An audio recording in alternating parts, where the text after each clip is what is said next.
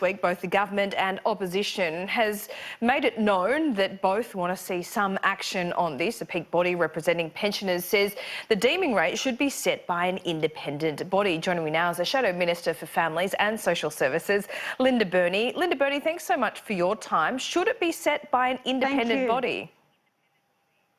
Look, I think that the government going forward needs to consider whether or not an independent body is appropriate. My position is that, sure, you should consider it, but it is the government's decision. But most importantly, Laura, the government can't have it two ways. They can't demand the Reserve Bank to pass on interest rate cuts to mortgage holders in full leave the deeming rate where it is at the moment.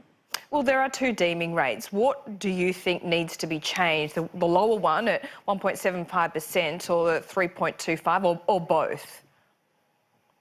Well, I think they both need to be changed and need to be considered. Clearly, the government needs to look at what is the best secure return that part pensioners can get at the moment through term deposits or sort of secure investments like that. And the best that they can get is about 2%. And the government needs to look at the 3.25%, which affects most part pensioners, to bring it more in line with what the best secure investment they can get through any sort of reputable financial institution. If it was so urgent, why didn't Labor make this part of your election platform? I note that Labor has been quite critical of the government of being slow to act on this, but this wasn't even mentioned by any Labor MPs during the election. Well, it has been an issue that Labor has raised consistently. My predecessor, Jenny Macklin, if you look back through transcripts of the Parliament, you will see that she asked questions about the deeming rate, and we've been raising it for 4 years. And during the election campaign, clearly I did raise it on occasion, but the more important thing is, Laura, what is the government's responsibility now? Like I said, they can't display the hypocrisy that they're displaying in the sense of having a deeming rate that's incredibly inflated and having that as the rate that determines what a part pensioner or what a pensioner should get. And so many pensioners have gone on to part pensions and probably as a result of this deeming rate. The deeming rate is one thing, franking credit reform is another.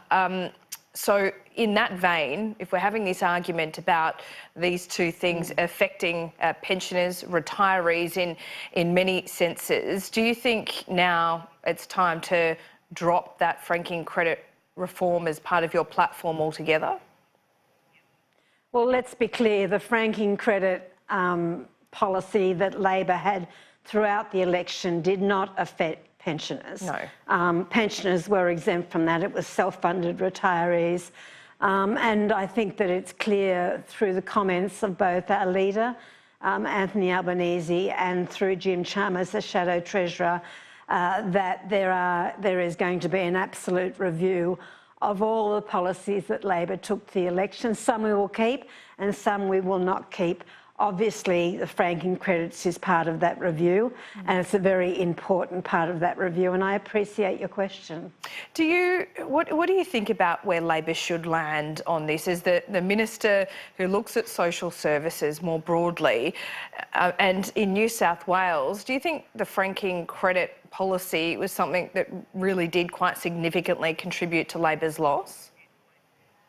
I mean, that will come out through the review that's been announced. I understand that the two people that are going to undertake that review is Jay Weatherall and also Craig Emerson. Craig Emerson, who is, of course, a very senior person within the party and very well respected. I think that review is absolutely crucial. And that review will inform us on our way forward, and it'll look at many more things than the franking credit policy. True. But you're right, Laura. The policies that we took to the federal election were many, and I think they were good. but whether or not they were the right ones for the right time is something that the review will look at.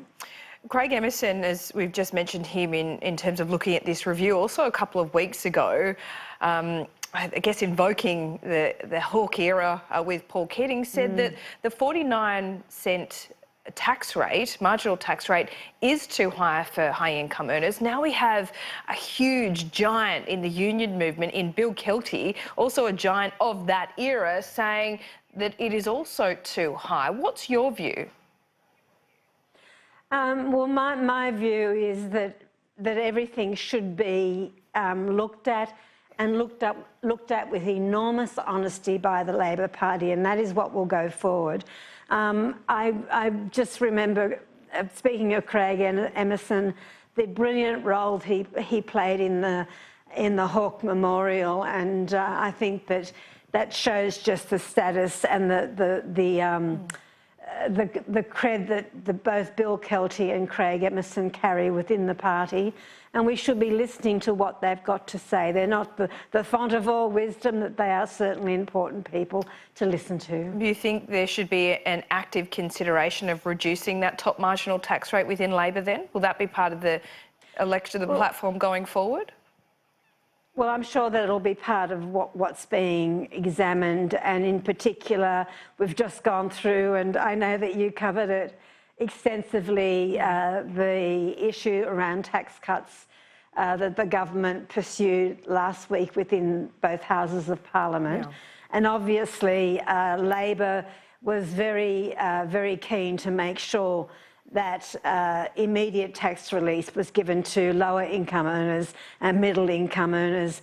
Where we go with the rest of the tax package, as Jim and both Anthony have talked about, is something that will be part of our review. But at the end of the day, Scott Morrison said, and I know it's getting a little bit away from what you asked directly, but at the end of the day, Laura, Scott Morrison said very clearly, as did Josh Frydenberg, said very clearly within the Parliament, that there will be no services cut as a result of the tax package, and I think that that's something that Labor will be watching very, very clearly and carefully. Linda Burney, appreciate your time this morning. Appreciate it. Speak to you soon.